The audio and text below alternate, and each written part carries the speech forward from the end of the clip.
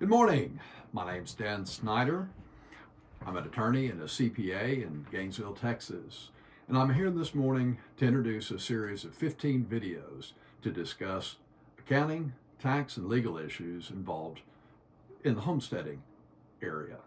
In other words, issues that could apply to you if you're a homesteader. Some of the things we're going to cover will apply to everybody. Some of them will only apply to a few people. And we'll talk about those as time goes on. But question, how did I end up here? Well, my family, my grandfather came to Fort Worth, Texas in a covered wagon. They'd lived on a farm for many years and he had a great love for the country. And while he owned property during the years, during the Depression, he lost most of it.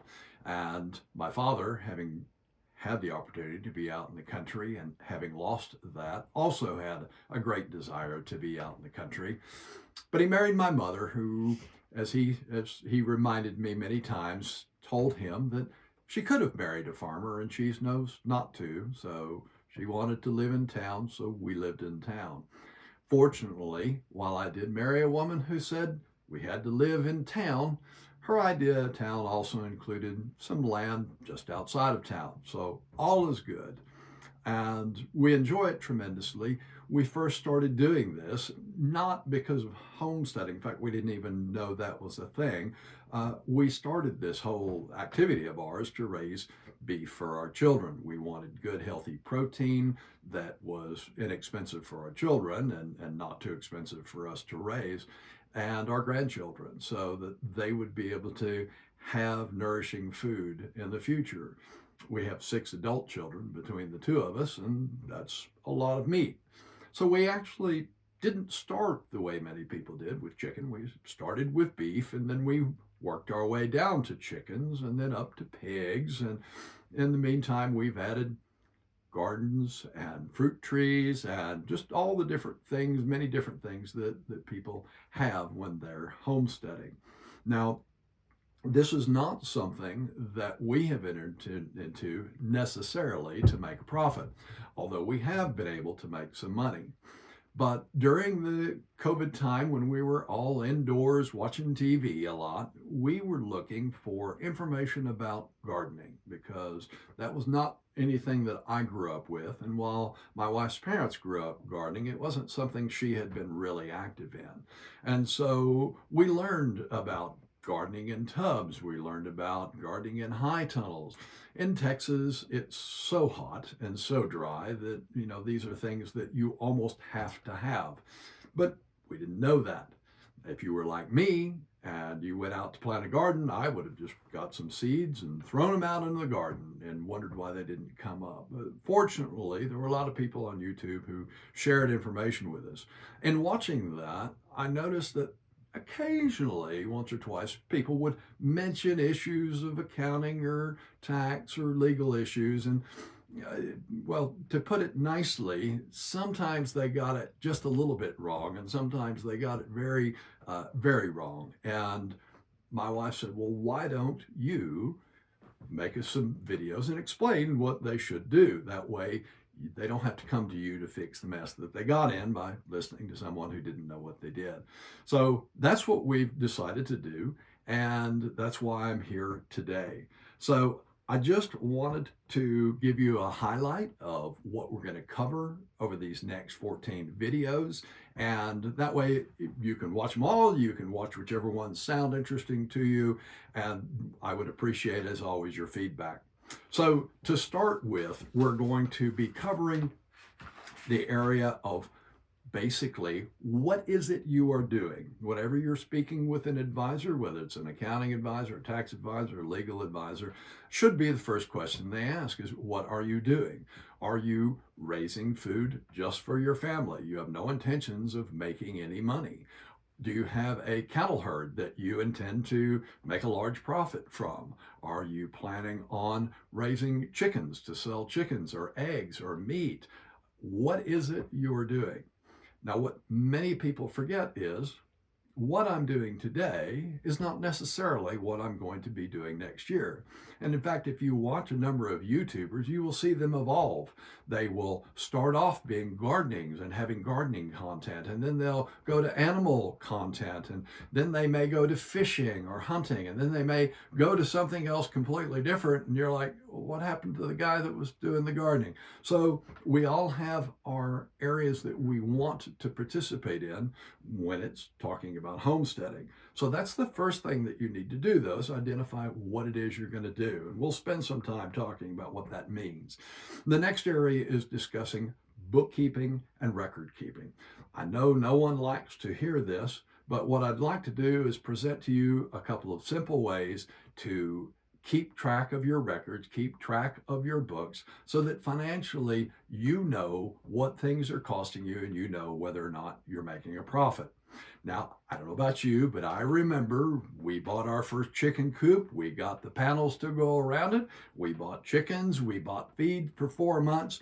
And I remember that day when we finally got that first egg, and I ran into the house holding that egg high, and my wife said, "Oh, wonderful, our first egg." And I said, "Yes, it only cost $1,000. Fortunately, they've gotten cheaper since then. So we'll talk about why that's important to keep those records. Then we're going to discuss an IRS topic known as hobby loss. Many of you may have heard this phrase, and it's for people who aren't really trying to make a profit, but occasionally do make some money from homesteading, whether it's selling some eggs or selling a few chickens or getting rid of some roosters, whatever it might be. We're going to cover what those rules are and how they can apply to you. The next thing that we'll cover, and honestly, it should be much further down the list, but I know everybody's going to want to hear it, which is talking about whether or not you need some sort of legal entity. Do you need an LLC? That's the first question everybody always asks me. And to be honest, my response is generally, why do you think you need an LLC? Because it's not something that's required, but it may be beneficial. So we're going to cover those issues in more depth. When you have a legal entity, then one of the tax planning opportunities that you have is converting that legal entity or making an election for that entity to be taxed as what is known as a subchapter S corporation. That can offer some tax benefits to you, and we'll talk about that, explain how that can work, how that may be helpful to you, explain why you might want to make an election or why you might want to defer making that election. Then from that point in time, we're then going to go on to discuss some specific tax issues that really need to be covered in more detail. The first, which honestly is the most important in my mind because people mess it up the most, and if you're ever audited, it's the first thing the IRS is going to look at, and that is taking a deduction for transportation expenses, whether that's mileage for a truck, for your tractor, for your automobile. How do you maximize that benefit and minimize the tax cost? There were some fairly significant changes back in 2018 that now apply that you need to be able to keep in mind when you're thinking about these issues. The next thing that comes along is purchasing equipment. I have a lot of ranchers who are my clients in my practice, and starting around the 1st of December, I get the same phone call. "Hello, Dan. I was wondering, do I need to buy a new truck this year?"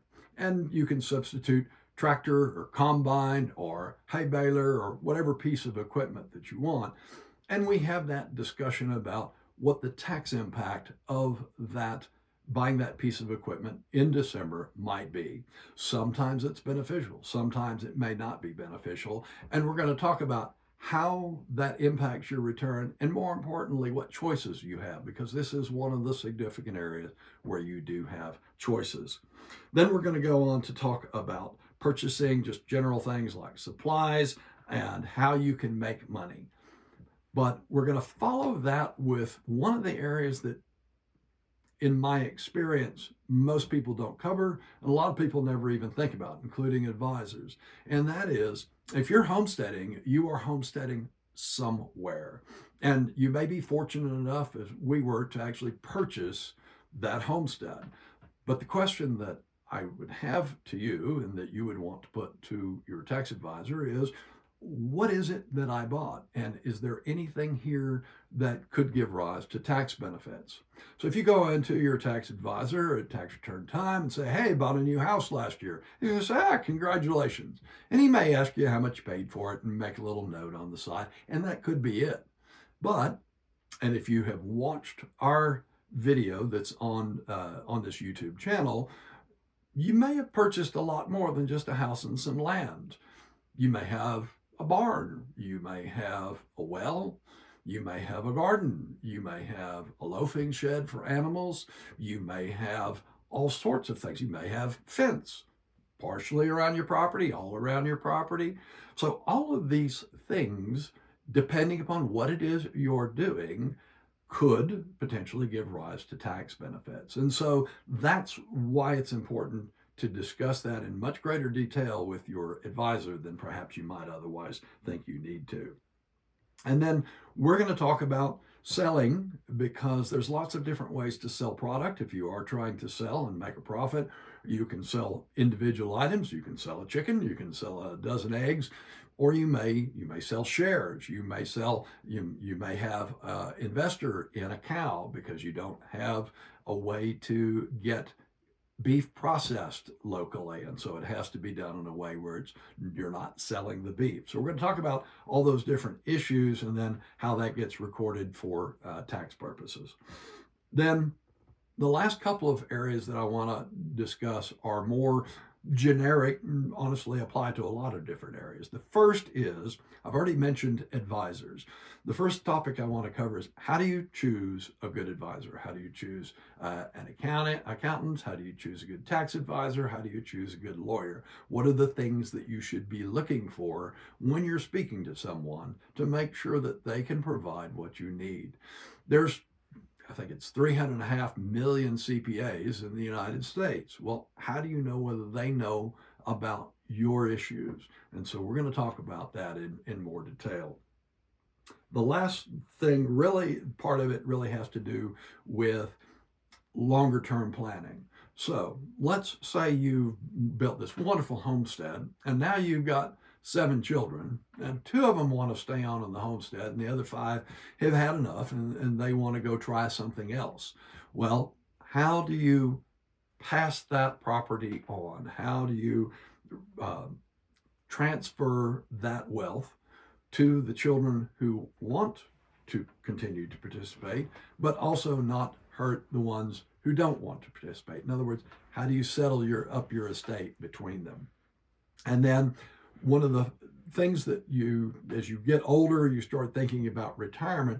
How am I going to fund that retirement? Can I have a retirement plan that I can fund through homesteading? What are the opportunities that I have there?